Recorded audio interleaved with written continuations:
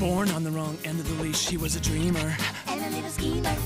A nutty mutt living a dog's life. But when he'd hear the bell for school, one day he says, I'll take a chance. Trades his ears for a pair of pants. In a glance, school becomes his favorite pastime. I have buried a bone for the last time. I wanna be a boy. He's so over just being Rover. I gotta be a boy.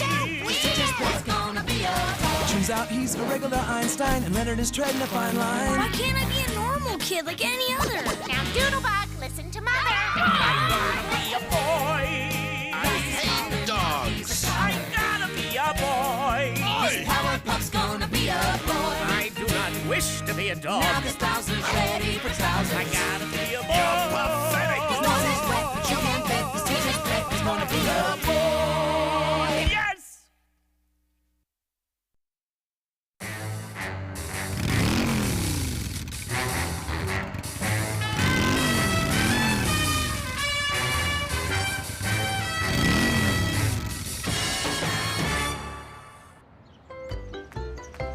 There was an author wrote some books, and Dickens was his name. Oh, I-C-K-N-S, I-C-K-N-S, I-C-K-N-S, and Dickens was his name. Oh, I-C-K-N-S. We've reduced one of the greatest writers in the history of the English language to a clap-along song. Could you keep it down? Some of us are trying to digest David Copperfield here. The magician? The novel! By Charles Dickens, the great writer, about whom we learned today at the Charles Dickens Museum. Oh, incredible! Not a one of you picked up anything from our field trip today. I picked up some tasty gruel-flavored Oliver Twisty bread at the food court. Literature haters. There. Happy now!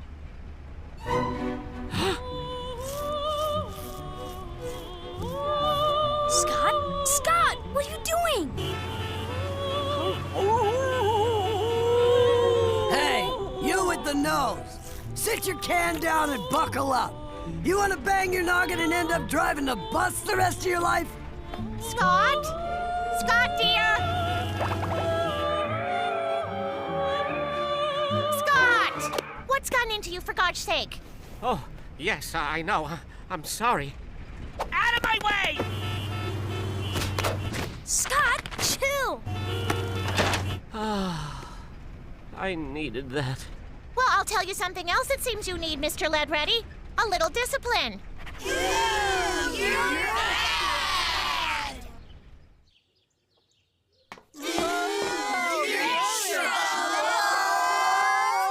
Scott, a write-up goes on your permanent record. It marks you for the rest of your life. It gets seen by everyone. 5th grade, 6th grade, middle school, high school, and every college in the world.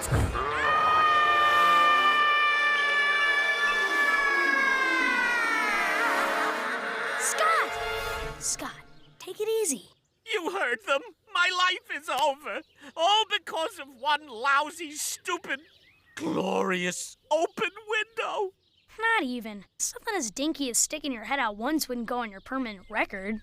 It wouldn't? No. Then what is your mom giving Principal Strickler, Smarty?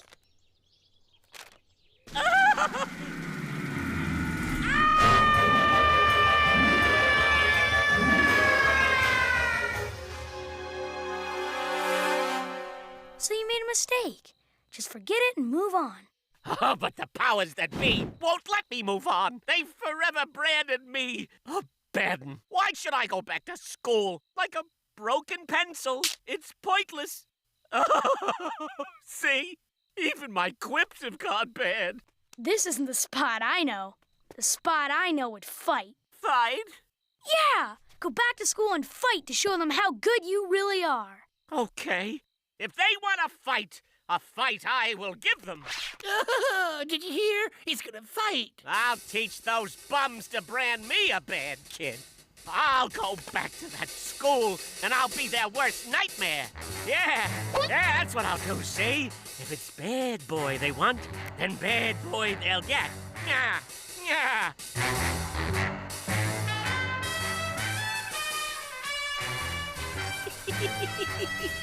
What's so funny? I'm fighting, Len. I'm really giving it to the man. Look, I used block letters instead of cursive, and I inserted a comma before the last and in a series which, while technically correct, is not widely accepted. Oh yeah, I'm bad. Call me a rebel. I'll think of a cause. I spit on the rules. I laugh at the laws. Ha! No matter who does it, I'll take the blame. 'Cause trouble is my middle and my first and last name. You know I'm bad. I'm bad with a capital B. Now that's me. I'm your #1 nightmare. No one does bad quite as good as me. Yeah, I'm the nastiest, rastiest, rudest, brutinest dude you'll ever see. Ooh, I put the me in mean. No one does bad. I said bad, B-A-D, bad. Say it with me now, bad. No one does bad quite as good as me.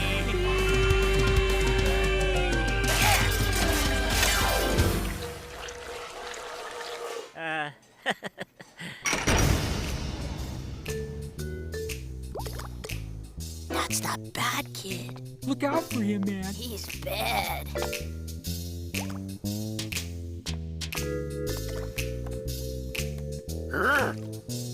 Oh, great. The warden is here. Would you boys and girls like to know the easiest way to break a principal's heart? Mess up, get detention, and squander your potential, you little delinquents! Other schools don't have this problem. The East Westland District hasn't had a single student in detention this term. Stay out of detention, children. Live up to your potential. Make that East Westland eat dirt. Thank you. Are we gonna take that from that fascist, grown-up tyrant? He seems sort of nice to me. Oh, sister, don't fall for his bag of words. Not living up to our potential. Yeah, I had a potential once. I was gonna be the first poet laureate brain surgeon to set foot on Mars. But I stuck my head out one window, and bam, potential gone. If he made it disappear any quicker, he'd be David Copperfield. Not the Dickens character, the Vegas magician. Puts on a heck of a show. Hey, what's this? He was so busy grinding our futures to dust under his cruel shoes, he didn't even realize he dropped his keys. Well, his carelessness will be his Waterloo. He's about to taste revenge, lead-ready style.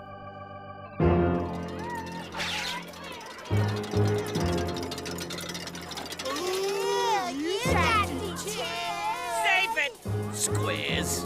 Hey, Scott. Hey! Come on, gang. We got a job to do.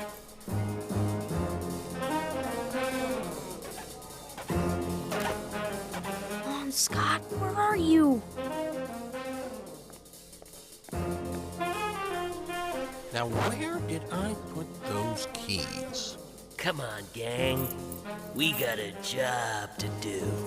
Oh, no! You know, this is fun, but based on my observations, I don't think they make sticky string quite as sticky as they used to. What? The permanent records?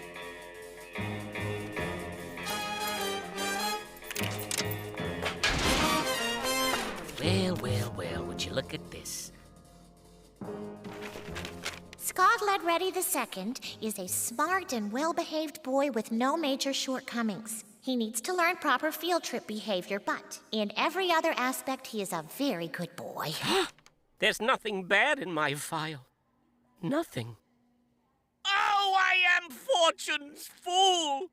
I believed the malicious gossip of misguided school chums and thought the authorities were all against me. But my destiny shouldn't be shaped by how others see me, but by how I perceive myself. Must be from David Copperfield. No, it's from my heart. I made a big mistake. Scott, stop! You're making a big mistake! I know.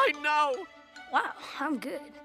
I'm not a bad un, Leonard. I'm a good un. I've always been a good un, and I always will be a good 'un, because I have control over my destiny. And unlike David Copperfield, The guy in the book or the magician? I don't know. I have to hear the rest of the sentence. I know full well, now and forever, that I am going to be the hero of my own life. Book. Yeah, good, Scott. But first, we better get rid of all this sticky string. Yes, because that's what heroes of their own lives do. They get rid of the sticky string. They help students who aren't yet heroes of their own lives cut through the stupid, sticky string of gossip and labels. Okay, but we better get rid of all this sticky string first. Strickler's coming!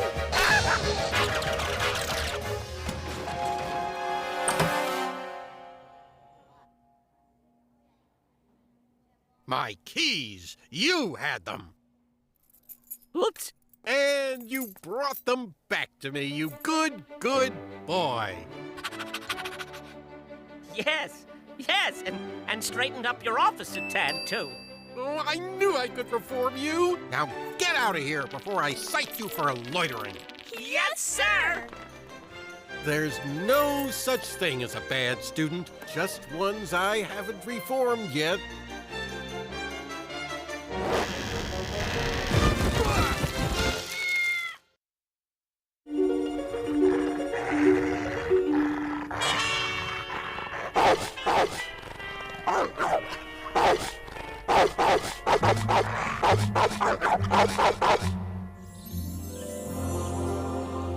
And so I hope that all of you will consider deep-sea diving as a career.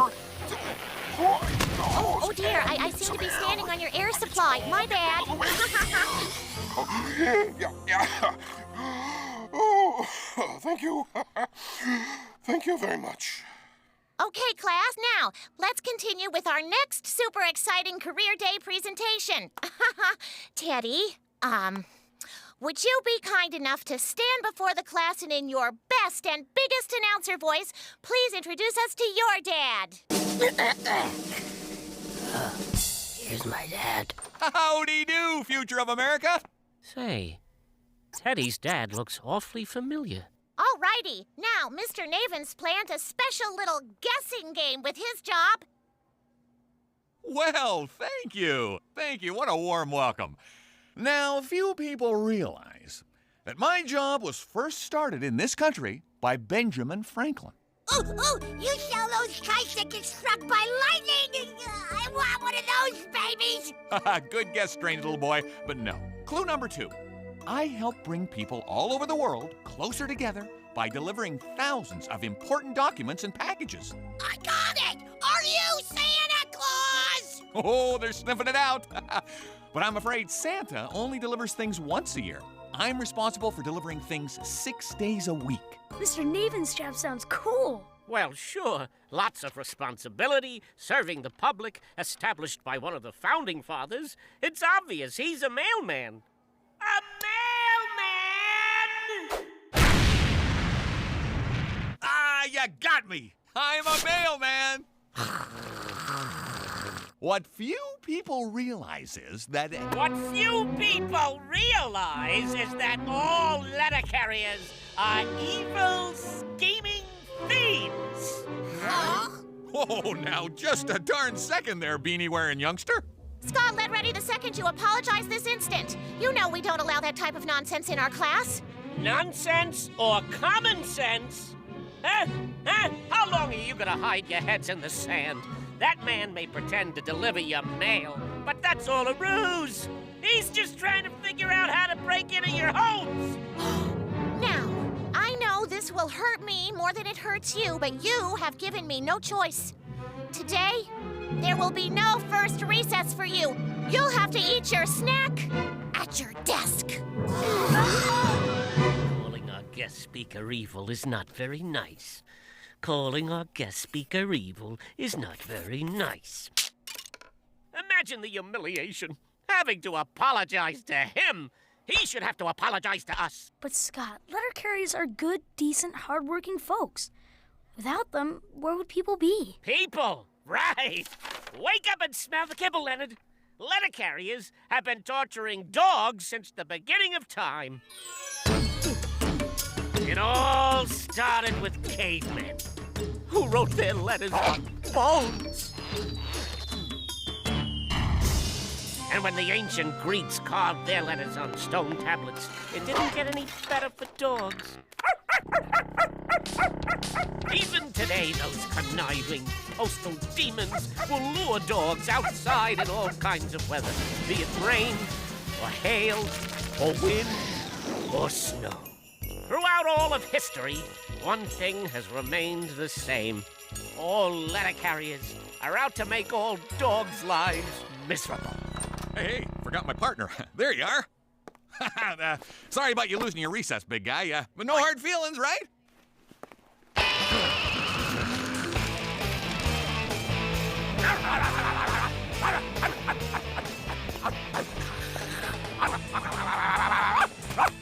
Well, little deja vu here. But you know, really, don't worry about it. These things happen. That young man's yapping was no worse than, say, your dog's there. Scott certainly was acting exactly like little Spot here. Exactly. Say, wouldn't it be fascinating if somehow a dog could transform himself into a little boy? Well, I am not going to give away my best ideas for science fiction short stories. Oh, and you can rest assured that I'll have a long, stern talk with that Scott Ledready tomorrow. I won't allow prejudicial behavior in my class ever. Did you hear what my mom just said? Your prejudice against mailmen is going to get you in real trouble. Prejudiced? All mailmen are evil. Would you stop saying that? It's just not true. What do I have to do? Rub your nose in it? Maybe it's not in your bright and shiny Christmas tree world, but now you're down at knee level. Now you're gonna see it the way I see it, the way a dog sees it. Now, come on. The world looks different when your chin's only 18 inches off the cement, and it's hot inside that fursuit. Real hot. So hot you feel like a pack of crayons melting on a hot metal slide on the playground. The smells rise off the sidewalk and smack you in the nose. Dames, gum wrappers, empty bottles that have a better place to go. A shadow stretches across the street and you feel a chill run down your spine right to the tip of your tail. It's him. The thief of letters, stealer of souls. No, Spot. You're seeing it all the wrong way. Sometimes people actually mail their letters by placing them in their mailboxes for the letter carrier to take. That way, people who have a hard time getting to the post office can mail their letters. It's a very helpful public service. If the postman is really our friend, Bright Boy, how come he's doing that? What could be more despicable, more contemptible, more dishonorable than all those other aboles than shaking down a defenseless old skirt? That's not what he's doing. He's delivering a package to her, COD. That means collect on delivery. Is that what it means? Or is it collect on death? Yeah, I'm pretty sure it's delivery. Okay, maybe I got a little carried away. Maybe I sounded a little crazy. But what about that? Ta-da! He's breaking into that house. He's not breaking in if he lives there, Spot. See? That proved nothing. See? It comes right off. Spot, don't do that. That's wrong. Hey there, kiddo! Don't mess with that mailbox. Few people realize that messing with people's mailbox is an offense of Federal Code Title 18, Section 1705. Now he's threatening my best friend.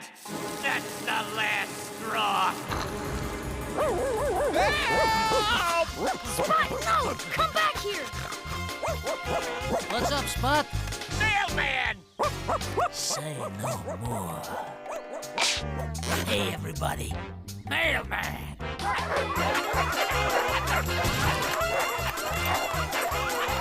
Spot, no!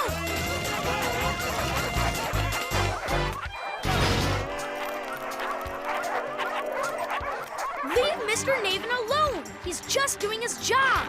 You should know that when I grow up, I want to make a difference in this world. That's why I want to become a letter carrier. Just like Mr. Navin.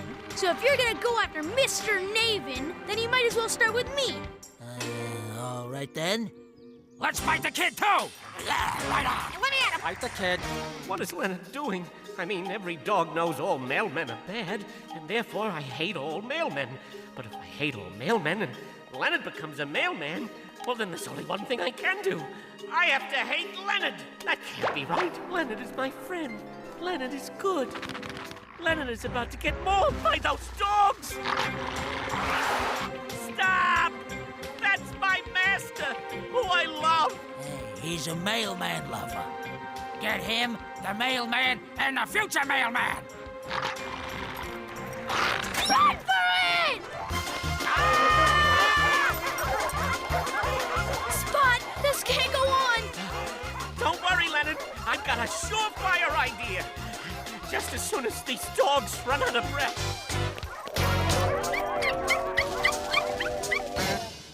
Friends, canines, letter carriers. I'm sure some of you are wondering why I've called you all here today. Well, it's a little known fact that prejudice can get the best of us.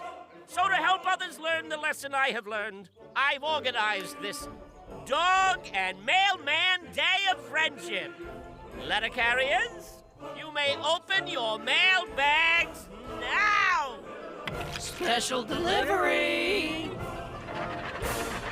Treats? Well, well, well. Maybe we've been wrong about these mailmen, huh? Don't crowd now, dogs. There's plenty to go around.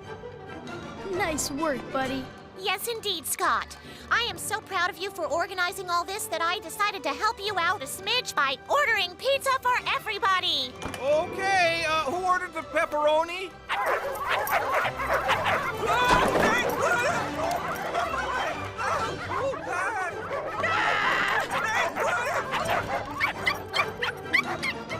Sorry, Leonard. Guess you gotta take these things one delivery service at a time.